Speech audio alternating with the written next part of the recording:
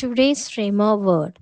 Behold, I am the Lord, the God of all flesh. Is there anything too odd for me? Jeremiah 32:27. Amen. இதோ நான் மாம்சமான யாவருக்கும் தேவனாகிய கர்த்தர். என்னாலே செய்யக்கூடாத அதிசயமான காரியம் ஒன்றுண்டோ? எரேமியா 32:27. ആമേൻ.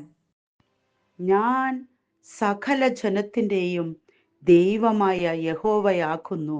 എനിക്ക് കഴിയാത്ത വല്ല കാര്യവും ഉണ്ടോ? യെരേമിയ 32:27. ఆమేన్.